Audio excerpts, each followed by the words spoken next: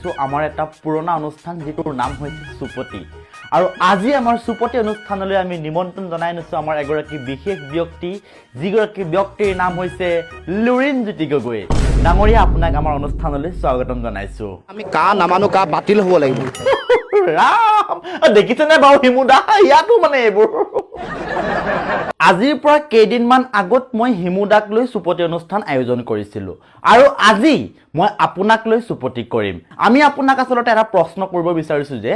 বৰ্তমান সময়ত দেশৰ যি সংকটজনক অৱস্থা চলি আছে ৰাজ্যত যি মহামাৰীয়ে বৰ্তমান সময়ত যেনেকুৱা এটা ৰূপ ধাৰণ কৰিছে এই সময়ত অসম চৰকাৰে যথেষ্ট ভাল ভাল পদক্ষেপ হাতত লোৱা আমি দেখিবলৈ পাইছোঁ লগতে চৰকাৰে বহুতো টকাও খৰচ কৰিছে নুতক দেখি জনতাই কেতিয়াও বিচলিত নহয় এটা সময়ত যদি হৈছিল এতিয়া জনতা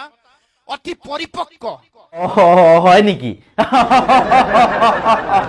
হয় হয় হয় হয় বাৰু ঠিক আছে তেনেহ'লে মানি লৈছোঁ বাৰু চৰকাৰৰ কথা বাদ দিছোঁ বাৰু পিছে এই মহামাৰীৰ সময়ত এই যি যুঁজ চলি আছে ৰাজ্যত বৰ্তমান যি ৰাইজে যুঁজি আছে মহামাৰীৰ সৈতে এই যুঁজত বাৰু আপোনালোকৰ ছাত্ৰ সন্থাই ৰাইজক কেনেদৰে সহায় কৰিছে কি সহায় কৰিছে প্ৰতি ঘৰ মানুহে ইয়াৰ লগত চামিল হৈ তেওঁলোকে ধান সংগ্ৰহ কৰি আজি এই আইনী যুঁজৰ কাৰণে তেওঁলোকে ধান দিছে বিক্ৰী কৰি ইয়াৰ পইচা তেওঁলোকে দিব ইয়াতকৈ আৰু কি শক্তি লাগে আৰু কথা মানে এতিয়া সেইটোহে হ'ল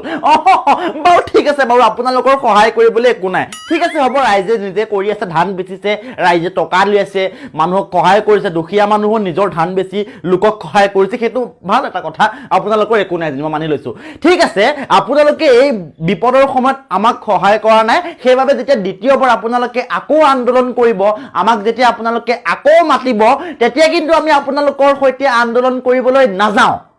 তেতিয়া আপোনালোকে কি কৰিব এইখন আঁচনি তোমালোকে নাপাবা বৃদ্ধ পেঞ্চন নাপাবা ঘৰ নাপাবা লাইট নাপাবা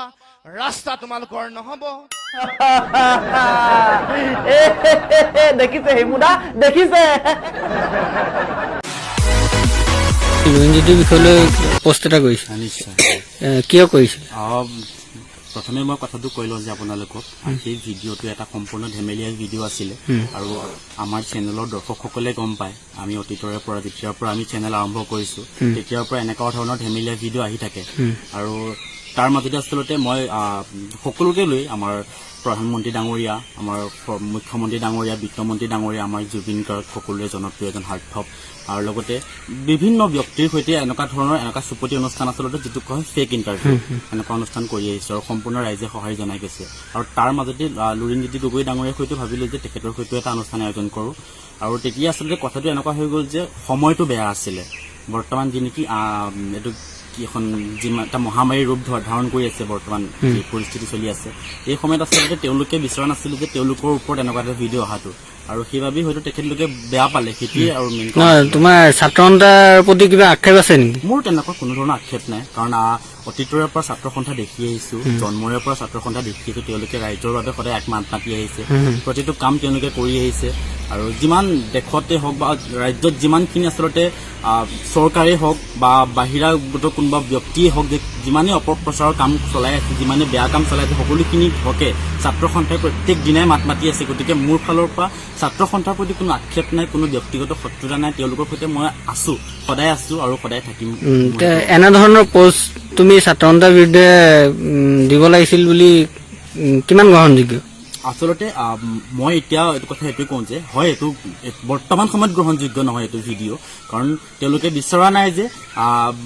বৰ্তমান যি নেকি আমি ক'তো ওলাই যাব পৰা নাই আমি ঘৰতে সোমাই আছোঁ গতিকে আমি কেনেধৰণে মানুহক সহায় কৰিমগৈ আমাকে কোনো সহায় কৰিব পৰা অৱস্থাত নাই এতিয়া গতিকে এনেকুৱা সময়ত এইটো ভিডিঅ' নালাগিছিলে আমাক আৰু গতিকে হয় তেওঁলোকে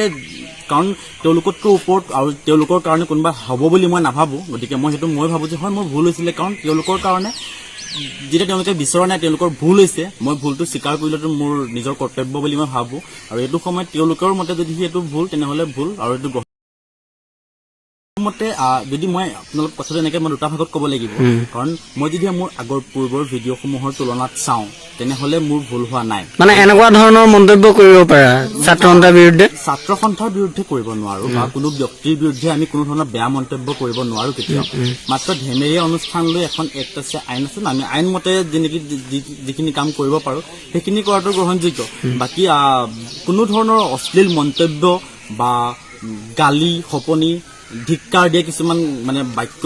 মুখে ল'ব নোৱাৰা কিছুমান শব্দ উচ্চাৰণ কৰিব নোৱাৰা শব্দ মা দেউতাৰ আগত চাব নোৱাৰা কিছুমান শব্দ প্ৰয়োগ কৰাটো আচলতে গ্ৰহণযোগ্য বুলি মই নাভাবোঁ আৰু এনেকুৱা ভিডিঅ' মই বুলিয়ে নহয় যদি কোনোবাই বনাব বিচাৰেও মইতো কেতিয়াও নবনাওঁ আৰু যদিও বনাই তেওঁলোককো মই কওঁ যে এনেকুৱা কামবোৰ নকৰাটোৱে যথেষ্ট ভাল বুলি মই ভাবোঁ কাৰণ এইবোৰ মানুহক বেয়াকৈ কোৱাৰ অধিকাৰ কাৰো নাইকিয়া আজি মই কি কৰি আছোঁ সেইটো মই জানো বা বেলেগ এজনে কি কৰি আছে সেইটো তেওঁ জানে সংবিধানৰ ভিতৰত তেখেতক আমি যি কৈছোঁ সেইটো সংবিধানে যদি সংবিধানখনত যদি আছে সেইটো ক'ব পৰা তেনেহ'লেতো কোনো কথা নাই কিন্তু সংবিধানৰ বাহিৰত গৈ যদি আমি তেখেতক কিবা এটা কওঁ তেনেহ'লে সেইটো আমাৰ দুখ বুলি আমি ক্ষমা খুজিছোঁ আৰু মই তেওঁলোকক ছাত্ৰ সন্থাৰ ল'ৰাসকলে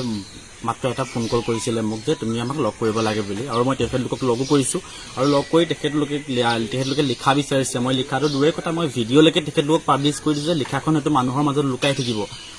জাপৰ মাজত কাগজৰ জাপৰ মাজত থাকি যাব লিখাখন এদিন হেৰাই যাব কোনে গম পাব কিন্তু যদি এটা ভিডিঅ' বনাই ৰাখোঁ ছ'চিয়েল মিডিয়াত গোটেই যুগ হৈ থাকি যাব সেইকাৰণে মই ভিডিঅ'লৈকে বনাই ক্ষমা বিচাৰিছোঁ আৰু হয় এইটো মই ক্ষমা বিচাৰিবলৈকে যোগ্য কাম কৰিছোঁ গতিকে মই ক্ষমা বিচাৰিবই লাগিব সেইটোত